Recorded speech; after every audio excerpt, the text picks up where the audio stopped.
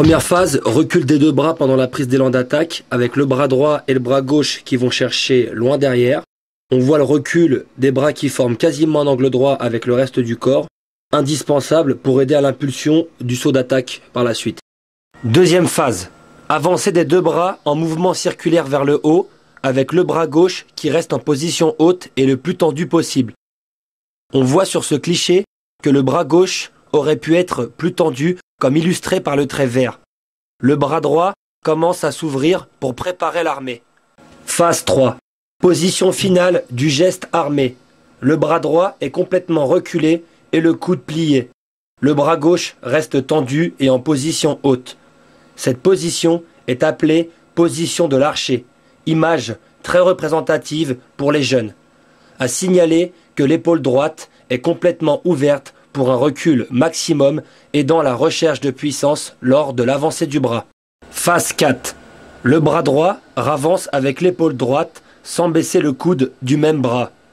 Le bras gauche, toujours tendu, descend vers le bas en effectuant un mouvement de balancier combiné au bras frappeur, ce qui a pour but d'augmenter la puissance et l'équilibre lors du saut. Phase 5.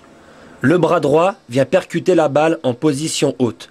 Il doit être complètement tendu, à noter sur le cliché la correction du bras par le trait vert, où l'on voit le coude légèrement plié.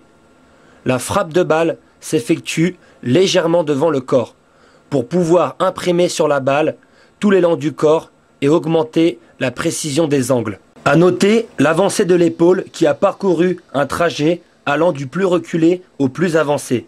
Cette amplitude permet de prendre de la vitesse, donc de la puissance, et de gagner en hauteur de frappe. En tirant son épaule au maximum vers le haut, on atteint alors l'amplitude max du geste. Pour cette dernière phase, la balle doit être frappée avec une main grande ouverte, pour augmenter la surface de contact. Au moment de la frappe, le poignet se casse pour lifter la balle de manière à la faire tourner. Le bras continue sa course et finit le long du corps.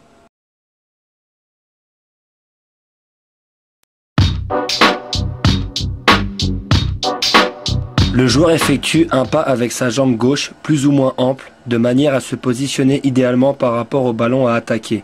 Dans la foulée, il effectue de manière explosive l'enchaînement droite-gauche suivi de l'impulsion.